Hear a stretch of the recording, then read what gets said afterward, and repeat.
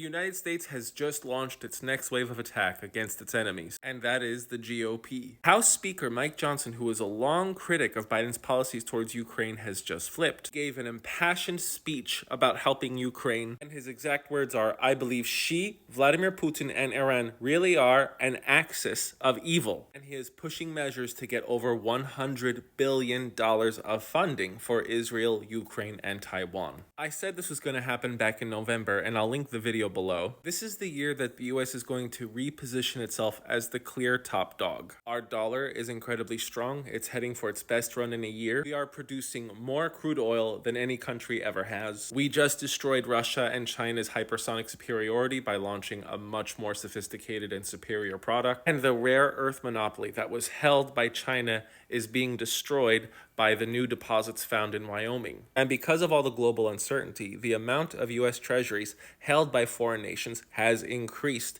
by over $500 billion year to year. Look at February 2023 and the grand total of $7,328,000,000. We are now at $7,965,000,000,000. So $600 billion more dollars, not 500. Oops. But you may say, hey, Russia's economy is growing faster than the US's right now, predicted to grow by 3.2% this year. Sure. Every economy that switches to a wartime economy sees a very quick uptick in its GDP, but it won't last past 2025. China's economy has been in deflation for over a year, and consumer price growth keeps slowing down. And we just found out that China has been using American-made chips to control their drones. I wonder what we can do about that. And then, of course, there's the country that was once known as Persia. They just attacked this country that begins with an I and ends in an L. The longer that these guys do not retaliate means they are spending much more time making a surgical and massive strike. The US is already sanctioning Persia's drone production after the attack. My guess is that's where the retaliation is going to happen. If this country's drone factories and missile bases get destroyed, Russia doesn't have drones and missiles to fire at Ukraine. Ukraine will have breathing room and will most likely send more drones to attack Russia's crude oil, which hurts China since Russia is their largest oil exporter. They just overtook Saudi Arabia as China's largest crude oil supplier in 2023. An attack of the Russian oil supply would favor Saudi Arabia,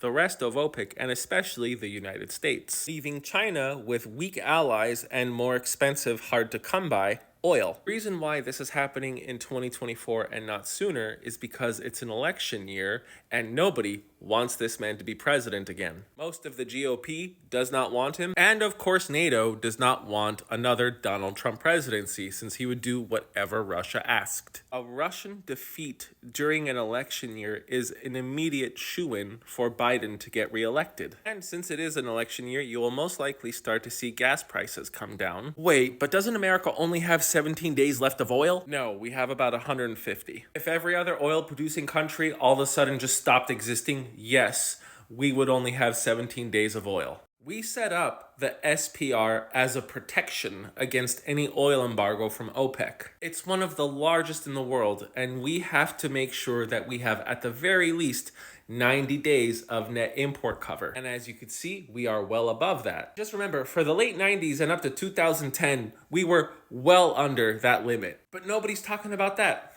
I wonder why. But the end game isn't just getting Biden reelected, nor is containing the axis of evil for some kind of global stability. I think America wants to clear the way for Africa. It is the most resource-rich continent on Earth. They have all the rare earths that the world needs. They have plenty of oil, they have plenty of gold and other precious metals, and they have a population of almost 1.5 billion people. As the African nations keep developing economically, they are going to have a growing consumer market.